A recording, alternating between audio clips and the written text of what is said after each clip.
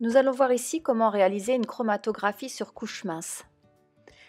Comment la réaliser et comment exploiter les résultats. Pour le matériel, vous avez besoin d'une cuve à élution, d'une plaque de chromatographie, d'un crayon à papier, de pipettes Pasteur, d'un séchoir électrique et d'une règle graduée. Réunissez tout le matériel avant de commencer la manipulation. Les solutions utilisées seront l'éluant, le mélange inconnu X et des espèces chimiques A et B que vous connaissez déjà. Toutes trois seront en solution.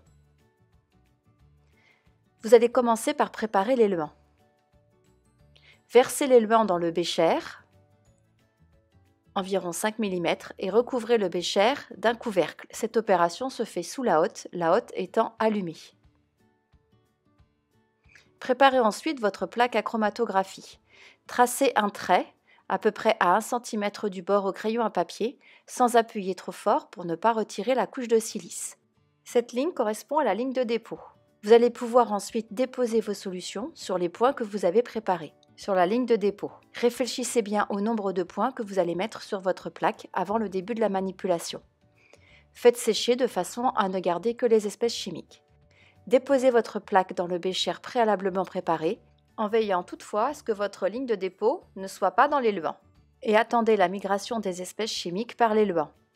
Une fois ces espèces chimiques migrées, vous allez pouvoir récupérer votre plaque et faire la lecture de vos résultats. Une fois la plaque retirée du bécher, marquez le fond de migration de l'éluant.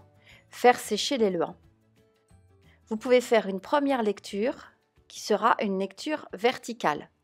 Cette lecture verticale vous permettra de connaître le nombre d'espèces chimiques qui composent votre solution inconnue. L'espèce chimique A possède une seule tâche, l'espèce chimique B possède une seule tâche. A et B sont donc des espèces pures. En revanche, X est une espèce composée. Par lecture horizontale, on peut déterminer que la première tâche de X correspond au niveau de la tâche de A et la deuxième tâche de X correspond à la tâche de B.